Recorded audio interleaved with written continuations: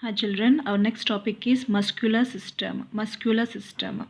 So what is muscular system? See, our bones cannot move by themselves. So only bones cannot be moved. There are only the joints of the bones. So if we want to move the bones, what we want? We want muscles. Muscles means what? Flesh around the bones. Flesh around the bones. If you see in this picture, see around the bones, a flesh is there.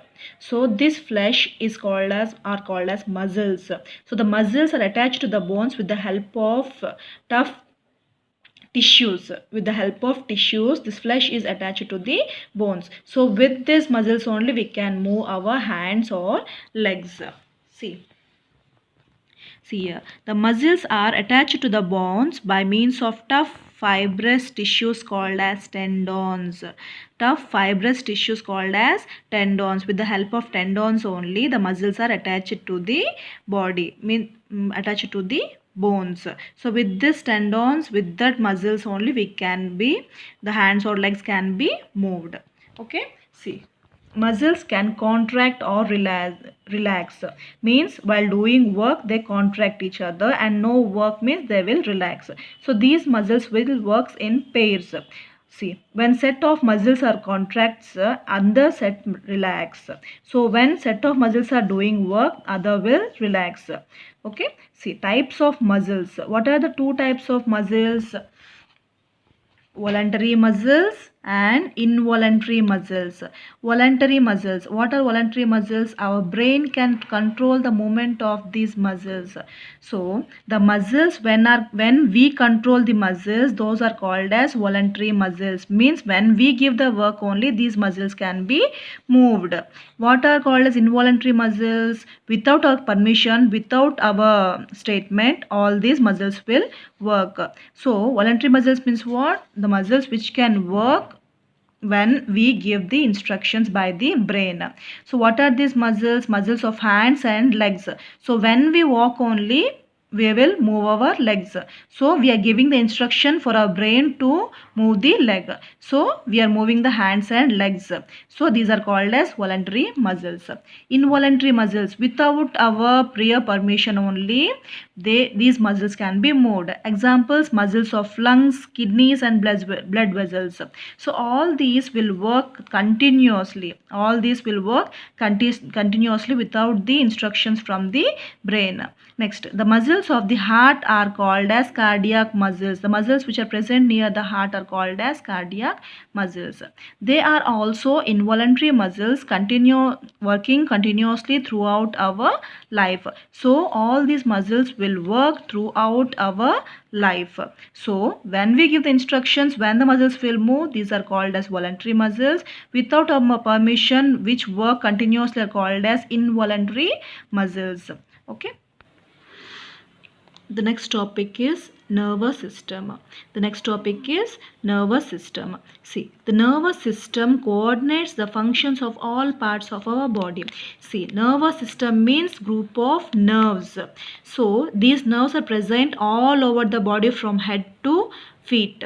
So the nervous system is the one which controls our body. Okay, see here what it controls: the brain, the spinal cord and the nerves from the nervous system. It is the brain that controls the nervous system. So the nervous system will be controlled by our brain.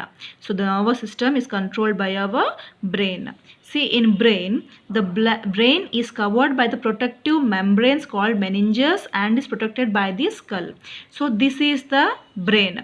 So around the brain, we have a protective membrane called as meninges. The outer layer is called as meninges, and this brain is covered by our bone called as skull. So skull protects our brain because it is a very sensitive part in our body.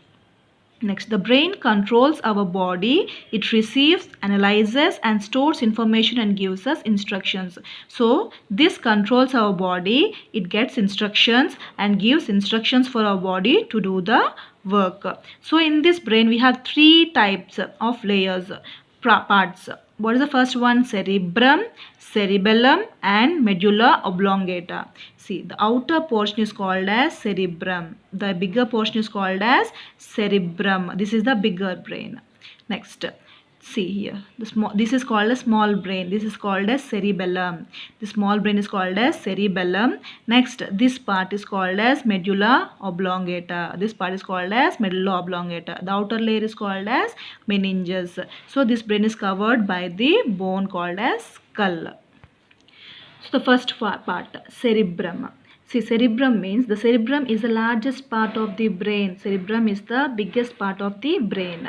The cerebrum is thinking part of the brain. It controls our memory, thoughts, intelligence and learning. It also controls our voluntary muscles.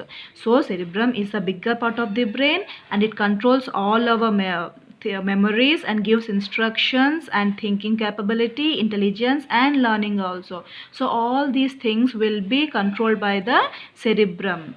Okay, next, cerebellum. Cerebellum is located below the cerebrum. So this is the largest part. Down to that part, which layer is there? Cerebellum.